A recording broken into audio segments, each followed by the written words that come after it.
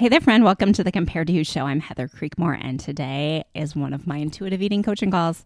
Yep, you get to spy on me as I get some, I would say, solid advice from my friends Erin, Todd, and Char-Lee Cassel from the Intuitive Eating for Christian Women podcast. We're going to talk about why I run to the kitchen when I have a headache. We're going to talk about holiday food and holiday food cravings.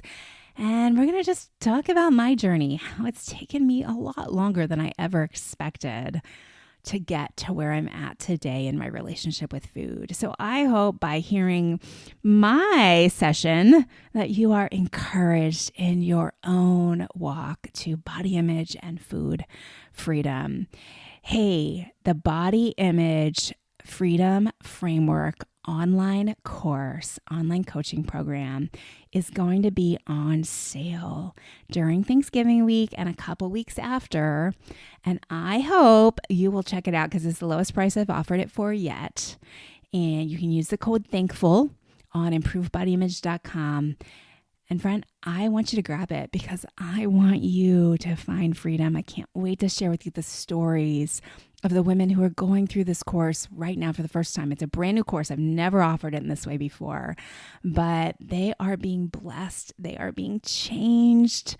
And we're doing good work together. And I want that for you too. So maybe this is your Christmas present to yourself, or maybe you just tell your husband or your mom or someone else in your life like, hey, you can just get me this and you can save 30% using the code THANKFUL, but only for the next couple weeks. So go stake that out. If you want to do group coaching, you can start the online course like the day you buy it, but the groups will begin in January. But don't be afraid of signing up for group coaching just because it's a couple months off. You can dig in, do your own work with the online course, and then get the coaching component in January when that begins, if you like. Also, I've got a brand new book coming out, 40-Day Body Image Workbooks coming out next month. I hope you'll check that out too. Let's get to today's show.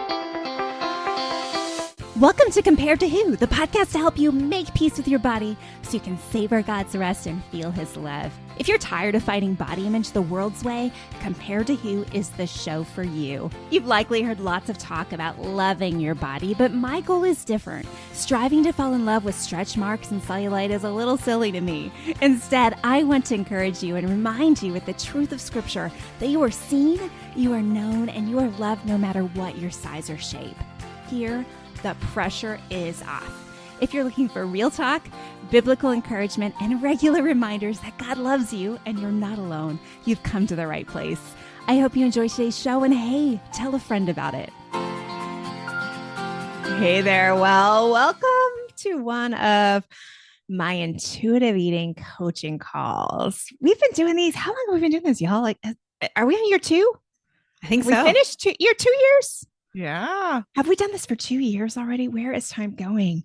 But you know what? It's kind of fun because I was actually thinking about, as I was thinking about like some of the things maybe I wanted to bring up today, I was thinking about some things I brought up 2 years ago in our very first coaching call. And like there's some change that's happened. So yeah, but if you are joining us for the first time for one of these intuitive eating coaching calls, let me introduce my coaches, Char-Lee Cassel and Erin Todd. They're from the Intuitive Eating for Christian Women podcast.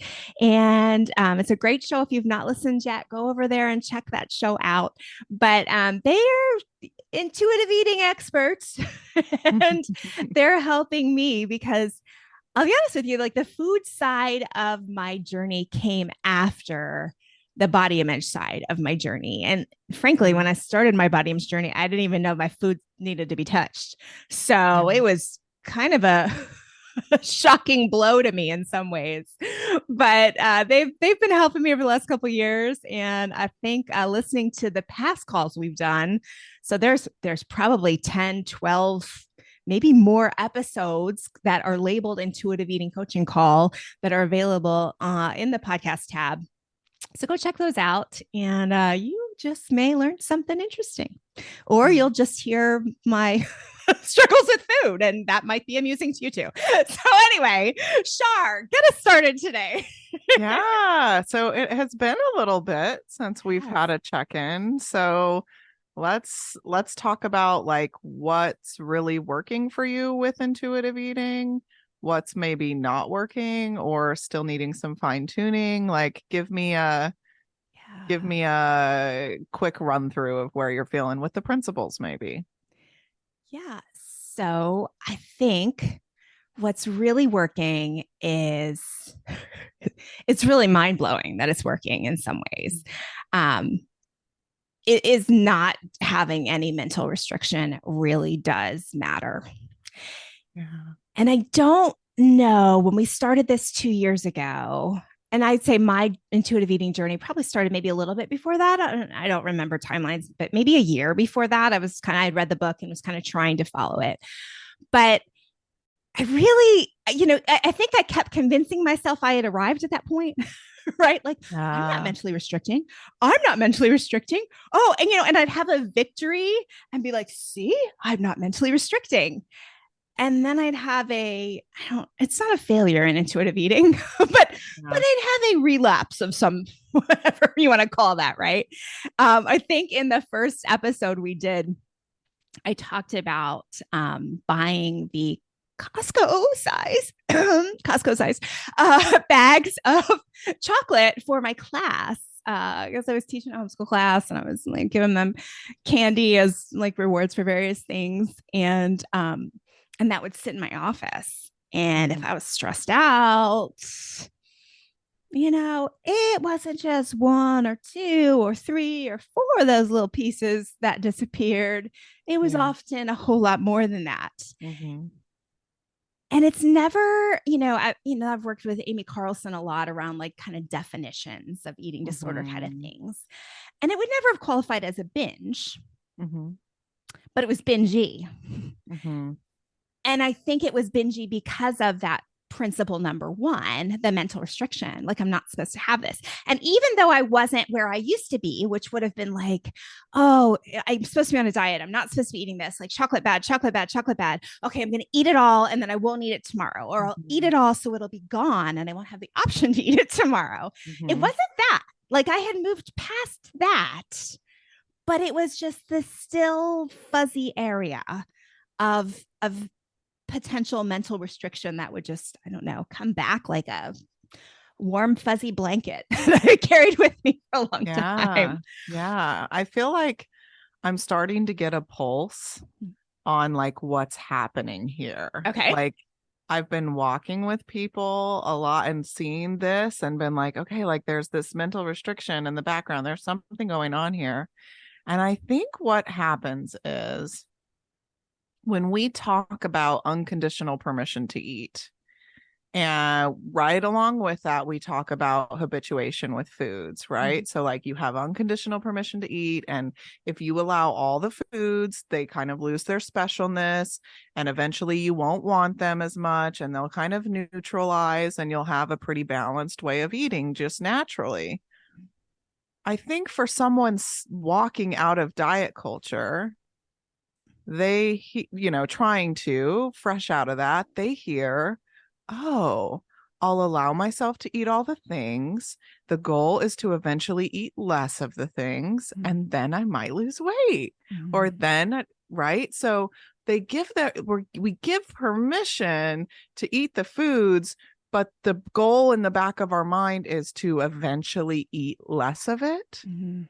and that's restriction. And so even if it's not conscious for you, it feels kind of compulsive. You're like, what's going on? These Yeah. foods don't even taste good anymore, or I'm not feeling well eating them, but I just keep eating them. Like, habituation's not happening. What's Mhm. going on? And I think it's this idea that the goal is eventually I need to eat less of these Yeah. things for health or for Yeah. whatever. And so I've been working with people so much recently on like, let's like talk to ourselves. Like, I'll say, like, Char-Lee, you can have chocolate for the rest of your life. Mhm. Nobody's ever taking it away. So I think maybe that's the shift kind of that's happening for you. Am I hearing that? I think definitely. Yeah, because like, so we're recording this right after Halloween. And I've probably even reported on the show about Halloween triumphs before, right? Mm-hmm. I've had Mm-hmm. Halloween triumphs. and I hate to say this because I don't want anyone to compare or feel bad that they didn't do this or whatever. Um, so now I'm considering, should I show this? It's helpful. I don't want this to be harmful, but perhaps it will give someone hope. Mm-hmm.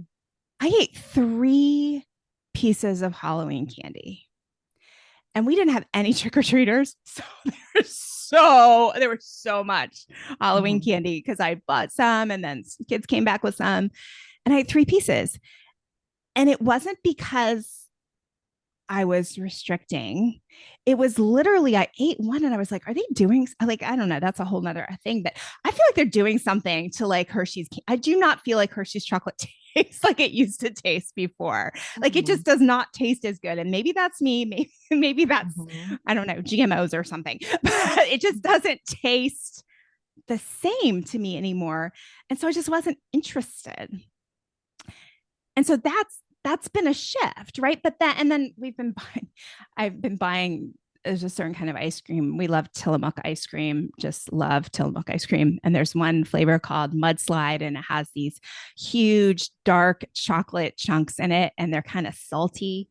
And my kids love it too. And I have a 17-year-old son.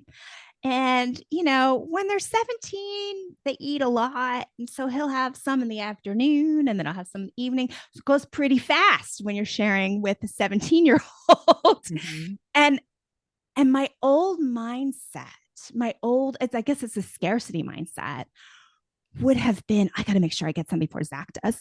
Yeah. Right. Or I would have been the food police. Now, Zach, you've already had some today. And it wouldn't have really have been out of concern for his health. It would have been like, if you eat this twice, I'm not going to get some when I want to have it later tonight. And so that has been a shift as well. And I've been buying it every single week. It's always out there. And there have been many nights where I was like, oh, I don't care. Which is strange because I would have been thinking about it in years. Yeah. So that's like, Heather, you're a grown woman. You can go buy ice cream whenever you want. Yeah. You don't have to get it before him because we can go to the store and get it tomorrow. You can have it delivered if you'd like. Yep. It's available. Yeah. And that's what happened with the Halloween candy. Like, you have permission to eat it. Sure. You weren't really enjoying it. So you move on with your life. Yeah. Well, the other weird thing, just kind of a general concept is, I mean, it's laughable to say it out loud, but I think listeners are going to understand. It's just so weird how if you eat breakfast, lunch, and a snack in the afternoon, how you don't have to eat huge portions of dinner and for the rest of the evening. Yeah. Like it's this very strange phenomenon. It's like someone should come up with a diet that prescribes you to eat a satisfying breakfast, lunch, and snack and dinner without restricting calories. And then it'll be amazing what happens in the evening. I mean, and I'm being a little sarcastic, but it does blow my mind. Yeah. I believed all the different diet rules I had accumulated over the decades, really right on up to the point of intermittent fasting, right? Because kind of that's been the most recent trend. And that trend is probably the biggest assault to breakfast, right? And maybe even to lunch too. But incorporating all those things made me so snacky and hungry. And, Amy Carlson would say bingy, right? Just like, oh, I got to have something because you were hungry. I was hungry, right? It wasn't a quote unquote self-control issue. It wasn't a quote unquote willpower issue. It was physiological. I spent the whole day without any energy. And guess what? My body wanted to eat something and all the things. So that's been in, I think I'm kind of a little bit more of an intellectual in some of these things, right? So I can like read and agree. And I'm like, I'm going to try it. I'm going to do it. But like my mind is always like, yeah, but this might not work for you. Right? Like you're always like cynic or a skeptic about like, yeah, okay, this totally makes sense to me in principle, but is this actually going to work? Yeah. And then especially in that season, probably when we first started these calls, it's like, okay, I'm all in. My faith is my faith is in that this is probably like the place I need to go. But I don't know. Maybe I'm the Mhm. only one it won't work for. Maybe this is wrong. Maybe I just need to go back to a diet because I know how they work. And yeah. You've come a long way. Yes, I have. Yes, I So, have. what are you noticing with food and intuitive eating right now? Yeah. So the one thing that stuck out to me just this past week was, I think, hormonal changes, midlife hormonal changes. Mhm. I now get this fabulous headache the week before, day before, sometimes my period. And it's one of those fun all day headaches. And I always wake up. This is a bad habit. And I share this on the show before, but for so many years, I blamed everything on food, right? So I would wake up thinking, what did I eat yesterday that gave me a headache? Mhm. Right. And I think I shared before that I recognize that sometimes I get headaches because I used hairspray the day before and I'm actually allergic to Right. hairspray and it didn't have anything to do with the food because I tried every variable. Um, but I still wake up and I'm like, okay, what did I do? Like, what did I do to cause this headache? And then as the headache goes on, it's like, okay, no, this is a monthly thing. This is a hormonal headache. But I found when I have a headache, I'll sit at my desk and I'll feel the pain and I'll go to the kitchen. And I think before I would have just like started, like I would have eaten something to try to like numb the pain. And this is Mhm. post Tylenol. I'm not against pain medication. I mean, I've Yeah, already yeah. taken a Tylenol. The head still hurts. But I go and this week I just go and I'd kind of walk around the kitchen and be like, my head hurts. Like I'm not really hungry. And I come sit down. But like I found myself doing it like compulsively. I don't know. I probably Hmm. did it like 6 or 7 times. And finally, like the sixth or seventh time, I'm like, this is stupid. Like, I'm just gonna go lay down. like, like that's actually, I probably just need to go fall asleep for 10 minutes and that'll probably knock this thing out. And so recognizing that for me was kind of a big deal. It's like, oh, that's a time when I would have eaten before. Yeah, I think what you just pointed out too that was so cool is like uh you you would have gone to the kitchen and started eating, and we're talking about like escaping the pain, right? Or like numbing some of that, but it's also like like it's some like false way of maybe tricking your body into thinking that it's meeting a need so that you can force yourself to keep being productive instead of actually going and doing what your body needed you to do. And so, now you're walking into the kitchen and you have this awareness around hunger and fullness and what you want. And so maybe like the getting to the kitchen was this old pathway, right? But once you were there, the other stuff kicked in. And then finally you're like, okay, clearly I need something. I keep getting up and leaving. Like, what do I actually need? What Yeah. do I actually need? And it's not that if you would have chose to eat a little something before your nap, that even if you weren't necessarily hungry, that would have been bad. It's not. The goal is that we're like consciously getting aware of what do I need. Yeah. Yeah. And that's a big step. Right? Yeah. I mean, I really think we underestimate how much years and decades of dieting disconnects us from feeling appropriate feelings around food, right? Like what does it actually feel like to be hungry? And then but this kind of, it's the holidays, right? I mean, the holidays are here. And and I think I'm still like struggling maybe a little bit around the concept of what does it mean to be hungry for something? Right? Like, Mm. well, because I'm adding the word for, right? Like, so there, I know what it means to be hungry. Okay. But when I'm hungry for something, right? Like, is there a line where, like, I know the intuitive eating answer is, everything is okay, But how do I, and boy, I'm really butchering the way I want to ask this question. My thoughts are all over the place, but what's the difference between being hungry for something and being hungry?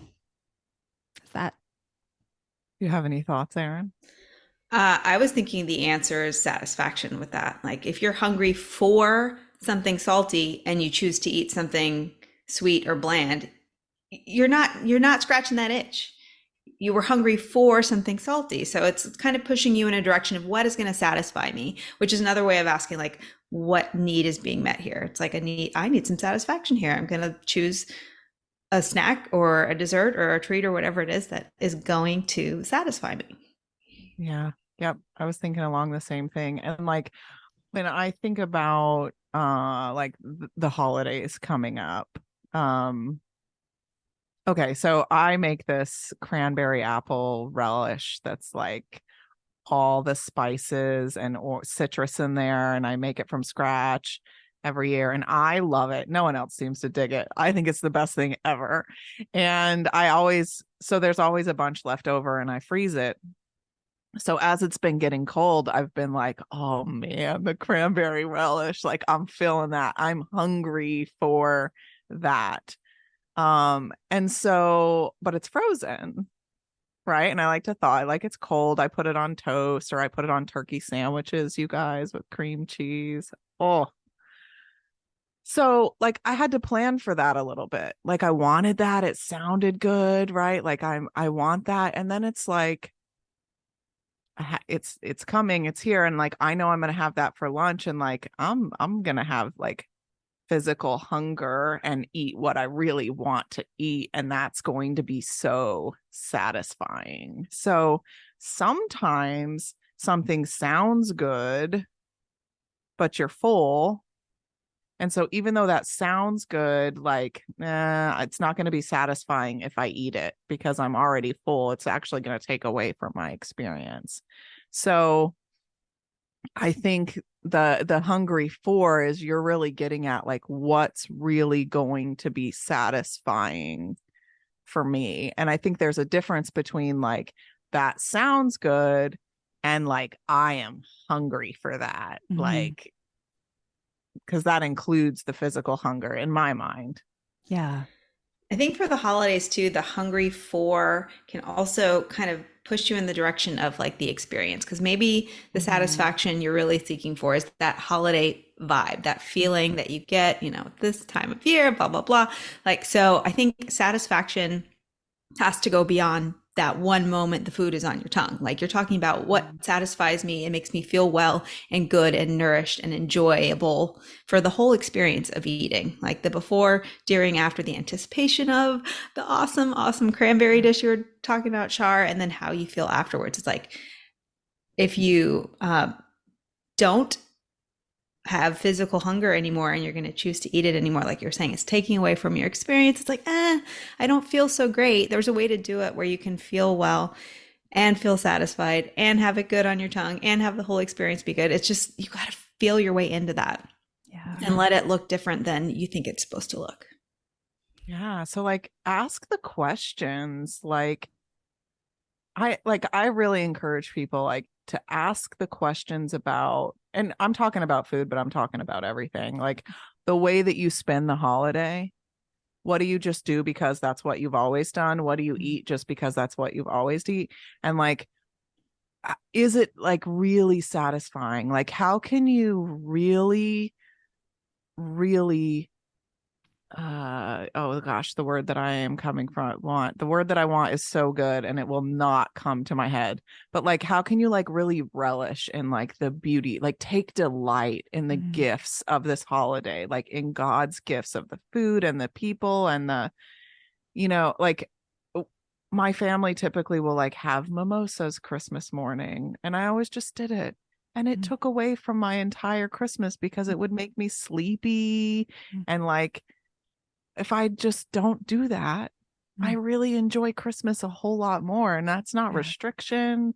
It's Yeah. just like really asking, like, what helps me have satisfaction this day and like really delight in Yeah. the beauty of it. Yeah. And as you guys are talking, I'm just thinking about like it's a whole shift. And it's not necessarily from the intuitive eating book. I would say it's probably more from the Bible book. Mhm. But it's a The whole book. it's a whole shift in how you think about food, right? That Yeah. food is a good gift Yeah. and it's okay to enjoy it versus food is bad. Food is going to get me. Food is going to make me fat. Watch out for food. Watch out for food. And, Mm. going into the holidays, I just have to believe that, we have a choice, right? We can either be stressed out. Oh no, here comes the food. We're going to have 6 weeks of food or, whatever. Mhm. Like, help me, save me from the food. Or like, wow, like there's going to be some great, like, food to celebrate with. And I get the opportunity to enjoy what I want to enjoy and say no to what I want to say no to and glorify God in all I eat and drink, right? Like to Yeah. truly celebrate with food. And I don't know. I feel like that's kind of a revolutionary concept for a lot of people. Yeah. Yeah. I know that it is. Mm. And, it comes back to some of the stuff that we talked about before with the mental restriction or like the Last Supper mentality. Like the holidays are special. This only comes once a year. So I need to get it all now. Or you might even have in your head, like next holiday season, I'm not going to give in to this. Mm. Right. So maybe it really is the last time that you're going to have it in your head. And I think this gets easier as you get older, maybe. I don't know. But like the years go faster and faster. Like next Christmas will be here before I know it. We will be having this meal again before I know it. So really working on stripping away like the deprivation, even if it's just mental, right? Or like the scarcity in it. Yeah. And then like really asking the question of what is going to be the most satisfying? Mm. Like, Yeah. how can I, like, what I think about, like, Christmas is like a Sabbath. Like, Mm. how can I, like, Sabbath, like, Mm. delight in the Lord with these gifts of food? And when he sat back and rested, he said, like, oh, this is very good. Yeah. He delighted Yeah. in the goodness of it. So, like, how can eating be a part of your delight in Mm. the goodness of the gifts? Yeah, that's good. And also, it just makes me sad Yeah. because how many of us were trained or getting like the Instagram memes because of the people we follow or getting the emails in our Mm. inboxes that are like telling us ways to like watch out for the food or ways to, avoid the food or, how you'll have a better Christmas if you, say no.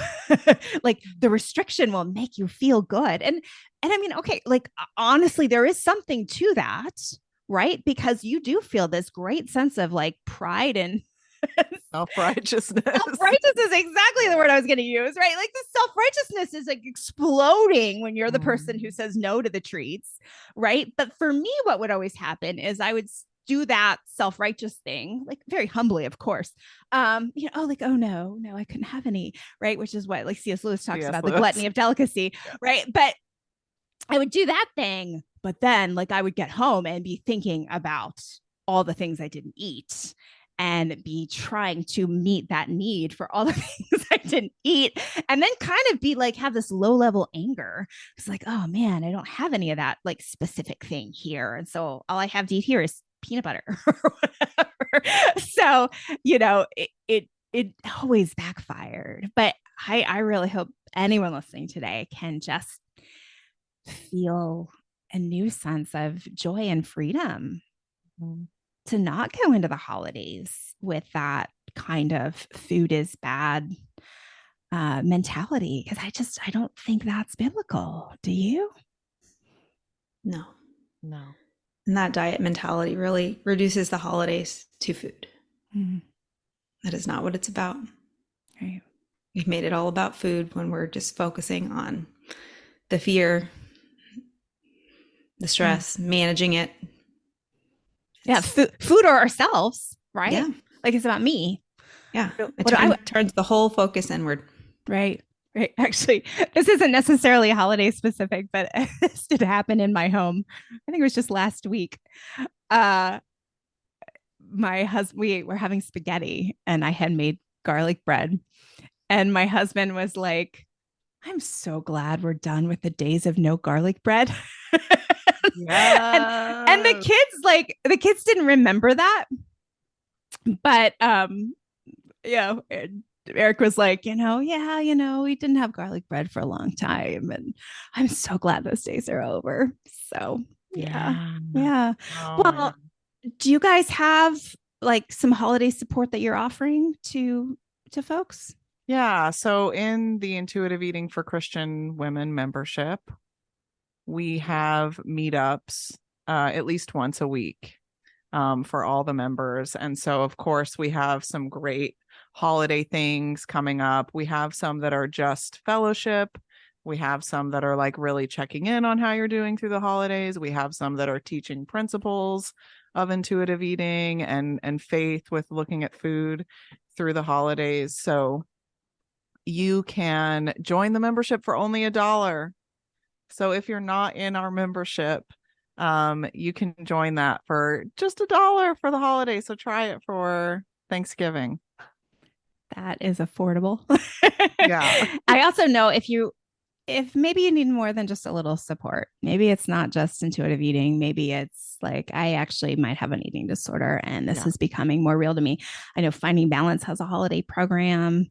And I know Char, Erin, or myself, we'd all be happy to connect you to someone who can help you specifically with that. Don't let another holiday season go by facing that alone. You get help for that. Well, any final thoughts today, y'all, as we kind of close up? I was just happy to hear your lived experience examples, Heather, because I know you can be so in your head and intellectual about it. So it's like you have proved it to yourself. And sometimes that's the only way to learn. And so I think that's very encouraging and hopeful for people. It's like sometimes you just got to learn this the hard way by doing it. And it is so messy. I mean, I feel like that's what I'm telling people all the time. Coming out of diet culture, we want it to be neat. We want it to be like, I'm just going to do it right. Yeah. I'm never going to make a mistake. And it's so messy. But that has been another big part of my learned experience is just like making the mess and then being like, oh, you know what? It's okay. I, it's all right. I messed that up. I didn't. I was not hungry or, whatever. I wasn't listening to my body and I, did that thing, but okay, that's all right. Yeah. It's all learning. Yeah. Yeah, sure is. Well, thank y'all for being on the show today. Of course. Erin, can you tell everyone like where they can connect with you all Yeah. into the show? Yes. Everything under the sun is at intuitiveeatingforchristianwomen.com. You can find the podcast, the membership, all the things right there. And I would be remiss if I didn't mention that the three of us are part of a group that is doing, oh goodness, guys, what did we decide to call it? Workshop? Renew your health workshop. Okay. Yeah. So we're going to be talking about lots of big topics that come up all the time for women as they're struggling with body image and food issues. Erin, what are you talking about? So my topic is stewardship. So that's a pretty good, exciting one. That's right. And I'm talking about the false gospel of weight loss. And I know Char's talking about the G word. The exciting G word. It's gluttony, in case you're like going through your list of G words in your head, like, what's the G word? Yeah. So, and I know there's 7 or 8 of us. So it's going to be really good too. And there'll be more information coming out about that. I think we're going to launch in January. So that might be something to look for. Yeah. Well, thank you all for being on the show today. Appreciate it. Thanks for having us. Yeah. And thank you for watching or listening today. I hope something today has helped you stop comparing and start living.